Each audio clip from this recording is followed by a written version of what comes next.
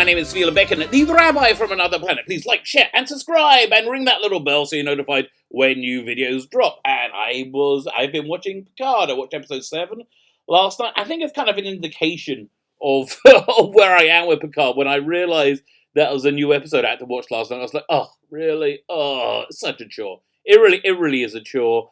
It's not as bad as watching Doctor Who, which is just excruciating, but it's just, it lurches between boring, irritating, stupid. There's a lot of stupid in there, and just disappointing. That's really what it is, because you go from one to the other. And if I wasn't doing these reviews, I think I would be. Yeah, I would have stopped watching by now, because I don't care about any of these characters, and I think it's a bit of a misnomer calling it Star Trek Picard. Yeah, on the gates of Auschwitz, I think, and probably a lot of the concentration camps. They had the gates said "Arbach macht frei," that work will set you free, which is part folklore now amongst Jews. Because and I have to say, I don't think that there's been a sign that's been quite as misleading. Arbach work will set you free, because it won't, because you're gonna die. Because that's what it's saying. As calling this thing Star Trek Picard. This has virtually no Star Trek in it whatsoever, and certainly no Picard. So I think it's a little bit misleading to call it that. But before we get into the review, if you could consider hitting the like button, thank you so much. That is the lifeblood of these teeny tiny little micro channels, such as myself. If you like independent voices here on YouTube, hit that like button now. Don't be scared of the subscribe button. Hit the subscribe button now. Don't be scared of the like button and the share button either. Thank you very much. Oh, and you know what? I want to show you my appreciation. I give away stuff every week here on this channel. The stuff I'm giving away this week is Doctor Who. Doctor Who, The Curse of Fenric. All you have to do to win it. This is a story from 1989. Go and look in the video notes. It'll tell you all about it. All you have to do to win it is subscribe to the channel. Subscribing being the important part. And leave the hashtag love. Hashtag love. All you need is love. And I'm going to do the prize draw on Sunday. I think that's March 8th, when I'm on the TARDIS zone. As I said, all this is in the video notes. Plus, there's a free download of an audio story for anybody. Everybody, go and help yourself. Fine. Let's get into the episode. So we start off once again with a flashback, and now this time it's a flashback to something we've seen before. It's that really annoying meeting when the Vulcan security officer, whatever her name is, wearing sunglasses, one of those dumbass sunglasses, showed up to talk to Jurati, and we finally find out what Jurati was showed that made her betray Maddox, and what else she was gonna do, like all kinds of all the stuff that she's done, and okay. Firstly, the Vulcan, I thought she was a Romulan in disguise, but no, she's a Vulcan, and her ears seem a bit too pointy out for some reason. She seems a bit more elfish.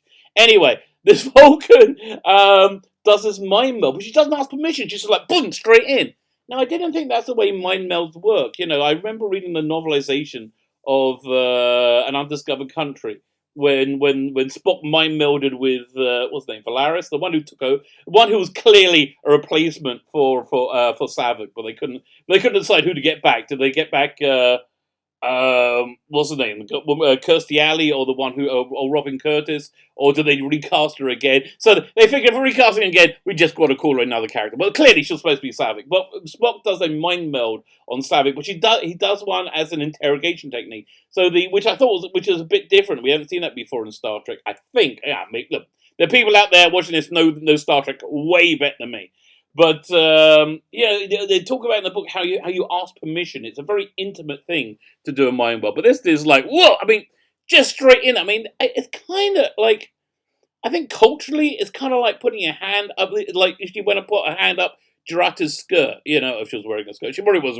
Right, but you know what I mean? It's like it seems to be like a very, very forward thing to do, and I didn't really. But anyway, she's sold to this vision of like mass destruction, everything being destroyed because of synthetics, and this has been her life work. She works in synthetics, and she goes, "Oh yeah, okay, that's fine. I'm totally convinced."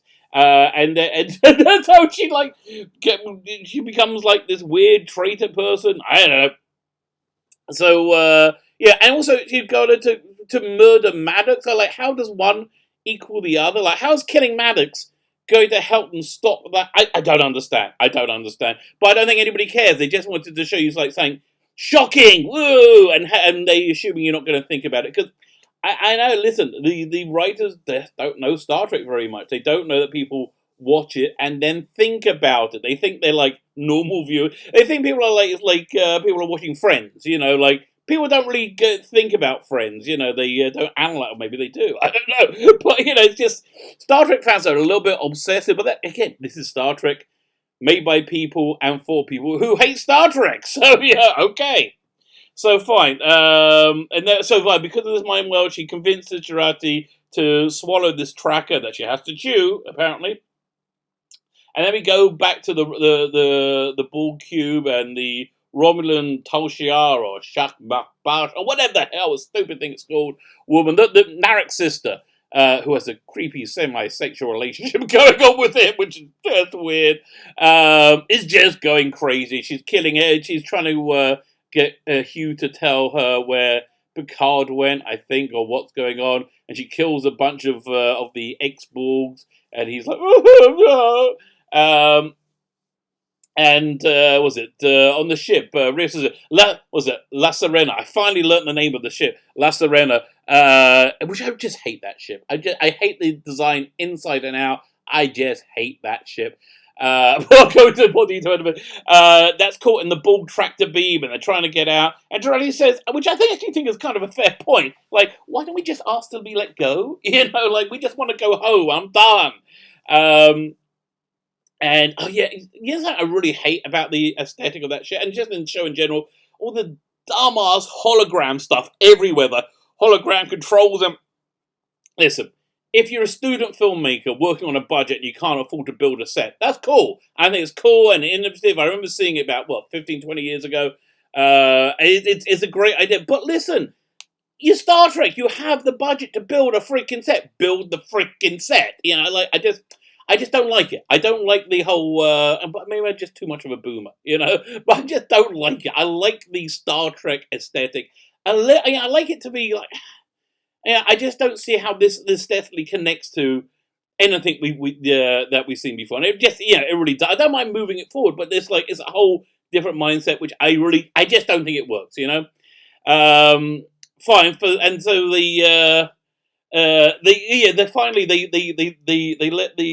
cancelled the tractor beam for no reason. They don't tell them why, but they leave Elnor behind on the ball cube because there's clearly some plot points and plot threads he needs to join up with, which you find out in the trailer. And I'm really surprised. 709 is back next week on the ball cube. So yeah, I was shocked. I was wrong. I want to say this clearly. I was wrong. I thought we would never see him again. No, I was shocked and wrong. And she's back. Okay, great. And I think she's probably one of the better things of the show.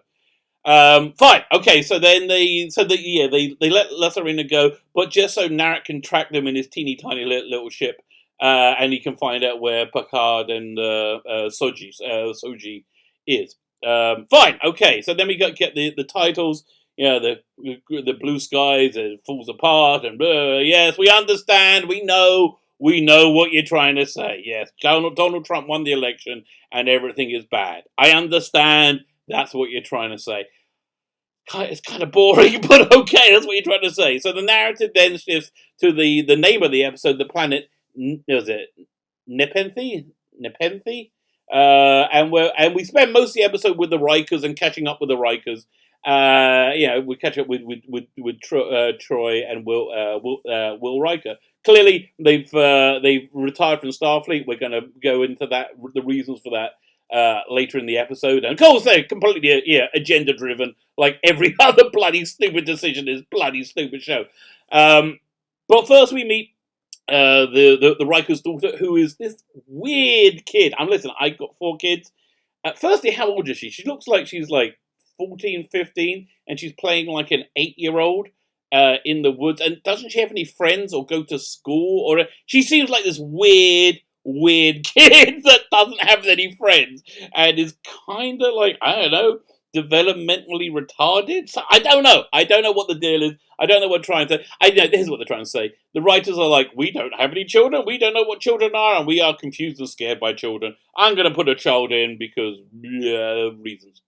Okay, fine. So we meet Troy, and oh my god, wow, she got beaten with the beaten with the ugly stick by Grandmaster Time, which is really weird because, like, I've seen Marina Sirtis like on YouTube at conventions, and but she looks so much better there than she did in this. Here she looks like she's 102. You know who she looks like?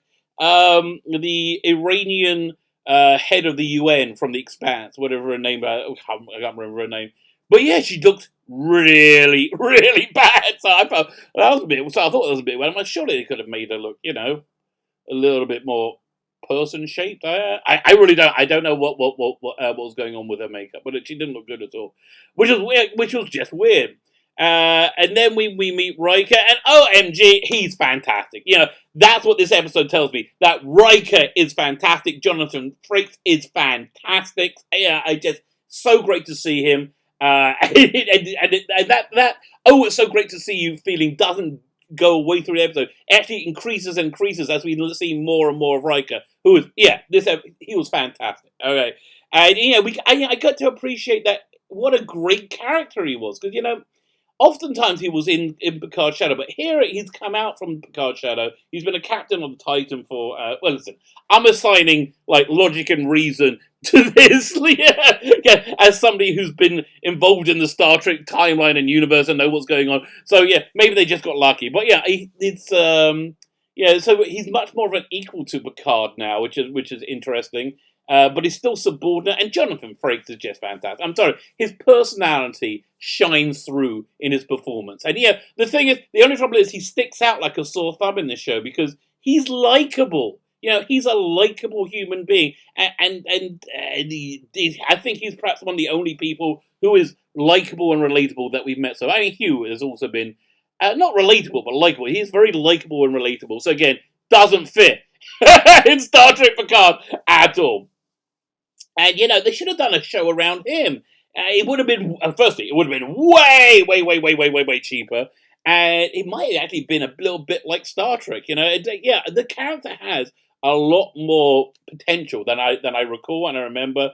It's just a shame they went this way. Listen, obviously, the writers are going to do the obnoxious political allegories. And keep in mind that this is Star Trek, as I said before, made by and for people who don't like Star Trek. It really is. How dumb is that? You have an audience that is so desperate, that is so incredibly desperate to support you and support your product. You can literally slap Star Trek on anything. You can slap Star Trek on that monstrosity, Discovery. You can put Star Trek on anything and a few Star Trek-y type names on things. Have them kind of be kind of reminiscent of Star Trek. And you will have supporters of it that will defend it to their dying breath. Can you imagine how successful it would be if they actually did something that didn't betray the essence of Star Trek, that was actually played to their inbuilt audience? I understand the viewing, the ratings in Canada. We don't know the American ratings because they keep those tightly under wraps. But the ratings in Canada is under 500,000 people an episode. Now I don't know the comparative, what the comparative rate, but that seems very, very low to me. That seems like really, really pathetically low. And I can understand. Apparently it's nosedive to that. It started off better, but now, you know what? It's how I open the show. It lurches between boring, irritating, stupid, and just plain disappointing. It's not disappointing, I guess, for like the Twitterati who the blue check Twitter. Taliban, they're loving it, but there aren't so many of them. How many of them are there? About 500,000 in Canada. That's how we find out. Fine. So Soji is connecting a bit with the Riker's daughter, and she takes this very weird outdoor shower. Like, what's going on with that? Like, what? Like, 24th century, maybe use indoor plumbing, but okay, fine. So you take this weird outdoor shower. And he continues to touch the weird, maladjusted kid, and they form a bond. And we start to find, I think it's right around there, we start to find out that she had a brother who passed away. So So wow, they've found out a whole new way to bum us out, depress us. That the Rikers are living with the very real world thing like the loss of a child. It's just horrible. But don't worry, it's for obnoxious agenda reasons, which we'll discover later. That the rabid supporters of the show, who also love the obnoxious agenda, pretend isn't there. It's exactly the same thing over at Doctor Who. It's exactly the same thing. Right, so back on La Serena, Jurati is just freaking out. She is having a full-on meltdown. And of course, she takes advice from Raffi on how to chill out. Now, Raffi, let's put her in context. She is the 24th century of a crack whore. I mean, really? You ever seen Breaking Bad? The crack whore in Breaking Bad, okay? She's basically that person in society. And she's like, okay, yeah, fine. I'm going to take advice from you on how to make things better. And we're like, no, okay, just in general, okay? If you're feeling a bit down, a bit overwhelmed, a bit overwrought, don't go to any of the homeless population that you may find, especially not one who is in the midst of shooting up heroin, and say, what can I do to make myself feel better? That's a bad idea. And that's essentially what Jurati does over here. Okay, so then we have more Picard and Riker. Again, William Frakes is freaking awesome. I want a Riker show, which again, that's a little bit Star Trek-y. That'll be fantastic. I'd love to see a Riker show. He's just a wonderful character, which every moment he's on screen just underscores that over and over again. What a wonderful character. What a wonderful actor. We hear a bit about the planet, the Nepenthe, regenerative qualities, which is why they moved there, teasing more about the lost son that we're going to learn about soon. And as an aside, Riker at the moment is making pizza. Weird thing enough. Also, Riker, I saw pictures of him on set. There's quite a cool picture of him on set with what's his name, LaForge. Was it LeVar Burton and Michael Dorn? And like on set, when he's not wearing the costume, he looks kind of like normal. He looks like a 60-year-old man, a little. He's still in reasonable shape. That costume just gave him a pot belly. I just don't understand the choices they're making. Okay, but he's making a pizza. That pizza looks freaking awesome. So then we cut to Troy's doing a bit of counselling with Sophie, and I couldn't really work out what's going on. And then it's all revealed why they did that. So because Troy has been given the prize this week of being the strong woman who gets to shout at Picard for a bit and have him go, oh, I'm so bad. It's Troy's turn this week, and I'm really Troy. Oh God, shut up! This agenda crap is just. Honestly, it's just so boring and predictable. That's other than being obnoxious. Fine, back on Serena, Jurati has OVD'd from red velvet cake and she's vomiting everywhere. Listen, I guess that she's lucky that Raffi didn't have a free base in crystal meth out of an old Coke can she found. So I think she probably did okay there. Rios knows that somebody's following them and he keeps trying to dodge them and keeps failing. So Jurati realizes that she's being tracked by the thing that the Vulcan woman who had to wear sunglasses for no apparent reason was. There was a theory that she was wearing sunglasses to hide from her the idea that she's really a synthetic. But no, that can't, because that the flashback, she takes the sunglasses off and then mind melds with her. Whatever. So she realized she's being tracked because she swallowed the tracker. So and she puts herself into a coma, like and from there onwards, Narek can't find her. How did she know that would work? Like, if you hit my stage of life, it is not uncommon that you need to have your intestines, your larger intestine checked. I haven't, because I'm a massive coward. I don't go to the doctor for anything. But what they do nowadays is they give you a little pill that like goes down and it like sends a signal like boop. For the next few days until you poop it out. So, but it doesn't matter if you fall asleep. It still sends out the data, it's still. So, I don't know. I don't know, why did they give her a tracker that is dependent on her being conscious? Again, can they track her when she's sleeping? Again, it's just dumb. It's dumb. It's written by people who don't like science fiction, don't understand science fiction, I can't believe anybody's asking these questions, So finally we learn about how the Riker's son died. And oh god, it's to do with the synth band. It's so cringy. It's okay. It's clearly okay. They need the synth a positronic brain to get the cure for whatever was wrong with this kid. But there's no positronic brains because all synthetic research has been completely banned. So clearly, this is talking about the an allegory to what the US has done to protect itself and its citizenry from radical Islamic terrorism in the last few years. You know, do you remember when they kept going, it's a Muslim ban, and it wasn't anything of the kind. They banned like 6 countries. And look, I have to tell you, it seems to me that this whatever they're doing, it seems to be working. Well, I seems to be during the Obama years these like radical Muslim attacks, terrorist attacks that we saw in America seem to be kind of commonplace. They seem to be getting to be normal. I don't remember one happening for the last few years. So seems to me it might be working a bit. Doesn't look like it's the end of the universe, but no, it's the end of the universe. Them that's really I don't like the cynical manipulation of taking characters that we really love, giving them a terrible tragedy because of the evil policies of the Federation or with Donald Trump. It's basically what they're saying. It's just more political bollocks, which, quite frankly, the political outlook of the idiots writing this has all the depth and intricacy and subtlety of like a 10-year-old. 10-year-old's take on politics. It's just so freaking stupid. Anyway, so back at the La Serena, the Juratas put herself in a coma. So, actually, the one thing I did like is the hologram, is the emergency medical hologram.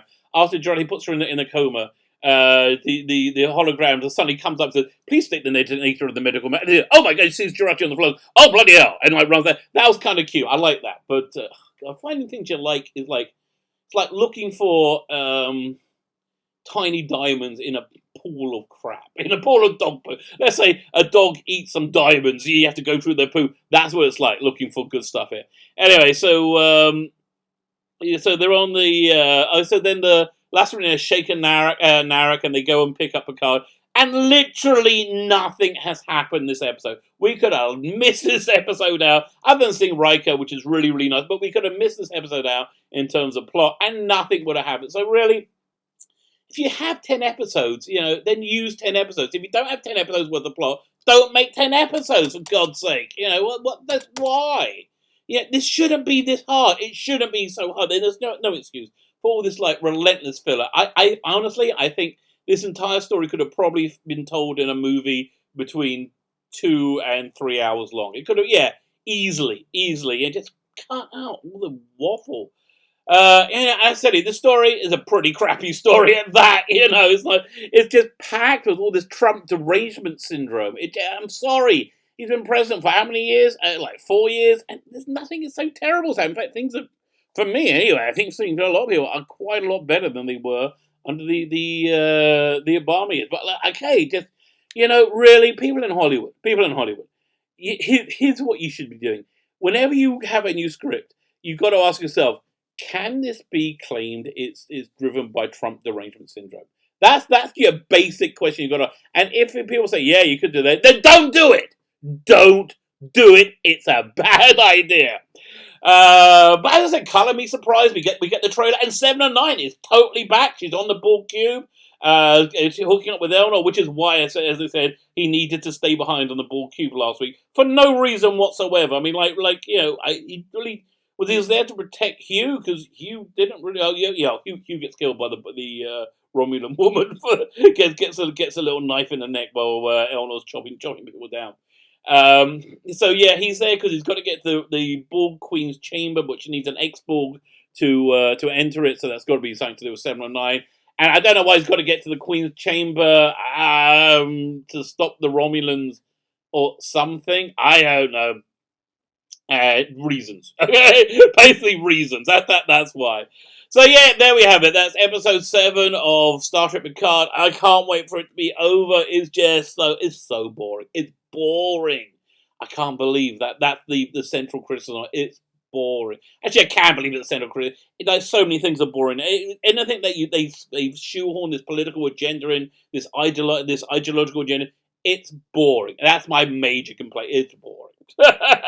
So that would be my review. My name is Sylvester, the Rabbi from another planet. Please like, share, and subscribe, and ring the little bell so you're notified when new videos drop, and have yourself a fantastic day.